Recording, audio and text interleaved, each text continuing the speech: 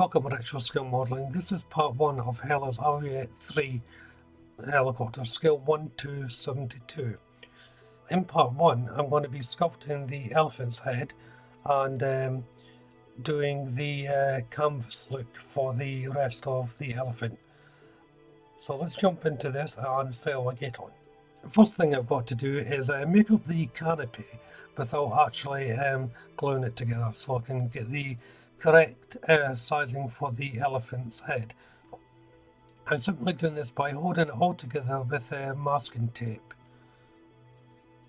And then once it's all together, I'm happy that the shape is roughly how it should be.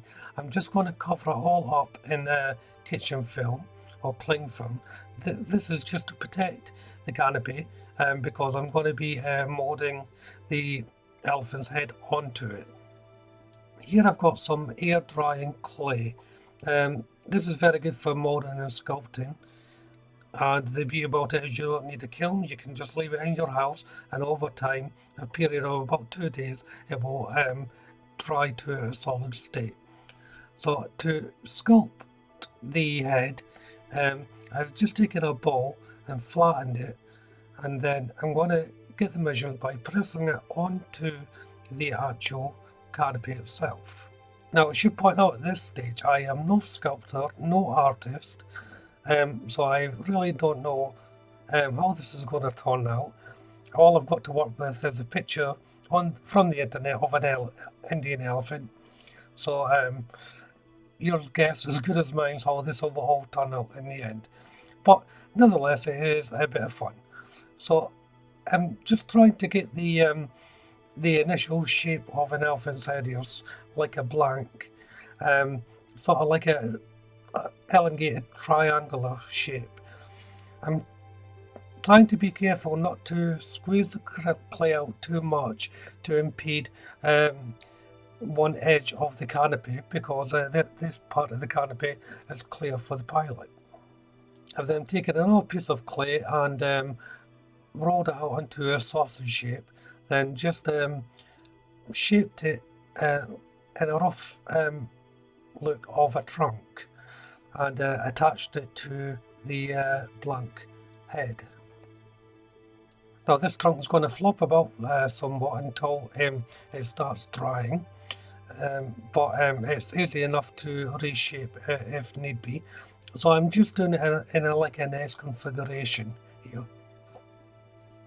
And once it's on, I'm blending in the joins. So I'm using my paint stirrer of all things just to gently press in and blend the two parts of clay together. I have no model clay tools to do this, so I'm just using what's ever at hand.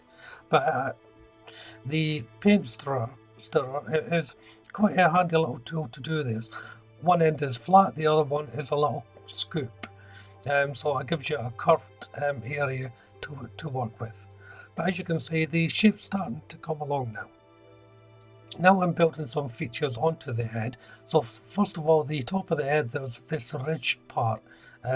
So again, it's a sausage shaped piece of clay, and I'm just placing it on. Then right in the center, I'm just pressing it down because it's a sort of like valley ridge effect. Well, not effect, area on the actual skull of the elephant.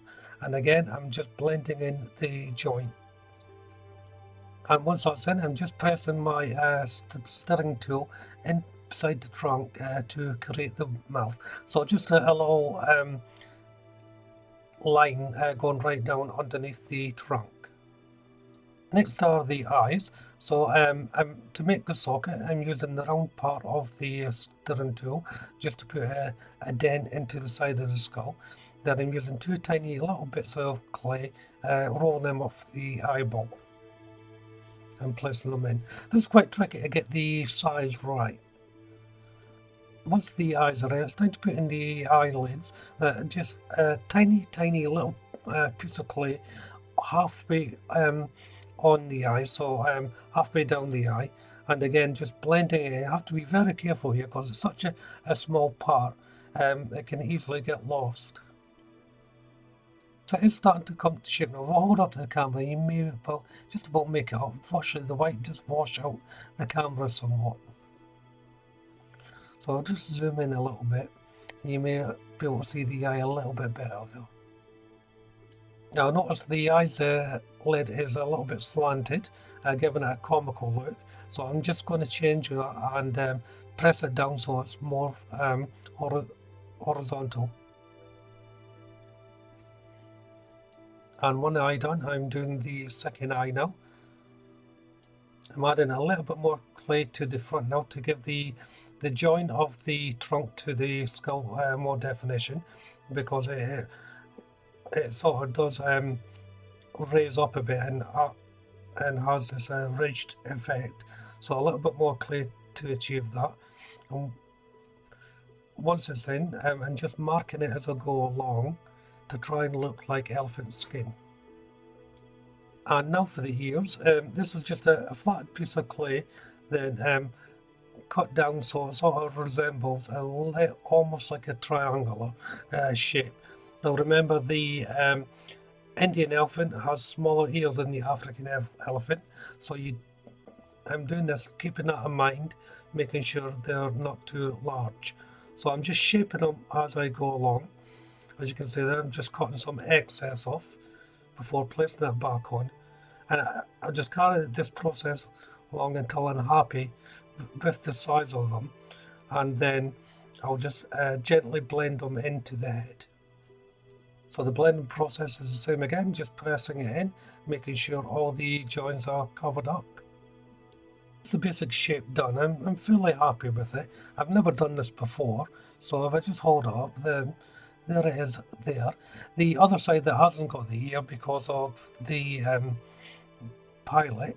So now all that's left to do is to put in some detail.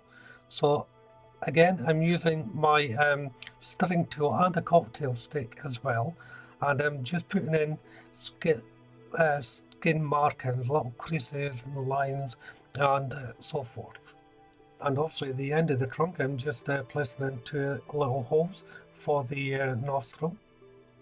Well, I don't think I can personally get it any better than this, so I'm going to leave this to dry. I shall support the trunk while it's drying, but overall I think it's okay. Next, I'm using Tamiya's 40mm masking tape to create the canvas part of the flying elephant. So I've just got an old board here, and I'm just stretching a little bit over the board. So I want this for the tacky side to be upwards. So to do this, I'm just using a little bit of tape just to hold it in place. And then I'll take another piece of tape and place it on top of the one on the board, the tacky side down this time, so the two tacky sides meet together. And once that's done, I simply take it up and then I roll it up and crumple it into a ball, so it's all creased and dents and marks and things like that are on the actual tape. Just like so. This sort of gives it a canvassy look, in my opinion. So once I've got enough, like on the board here, I've only taped one end, as you can see here. This is just so that I can go and spray it and prime it. As you can see, that's now done. So it's time to paint the tape. For the base colour, I'm using Revel Aquacolor 82 Dark Earth, and I'm just putting this on in various thicknesses and degrees. As you can see, I'm using my stipple brush here just to slap it on. I'm not looking for any finesse here because I'm trying to replicate the texture of the elephant. And this is the same colour I'm also going to be using on the actual elephant's head. So as you can see there, I'm painting away. I've already primed it, so it's just ready for the base coat of paint. And then I'm using 08 matte black, and this is just to give the brown different shades and whatever. I'm hardly putting any on the brush. As you can see, I'm wiping off the excess, and I'm just going to rub it over the ridges and so forth on the actual head of the elephant, and I'll be doing the same as well on the actual canvas as well. And I'll carry on doing this, and this is a good place to end part 1, I think. Just painting in some more detail as I go along. So if you haven't done so already, why don't you check out the videos on my other builds? Hopefully there's something there that will hold your interest. Subscribe to the channel and you'll be notified of updates and so forth. Hit that like button and of course leave a comment. But for now, thank you all very much for watching. Bye bye.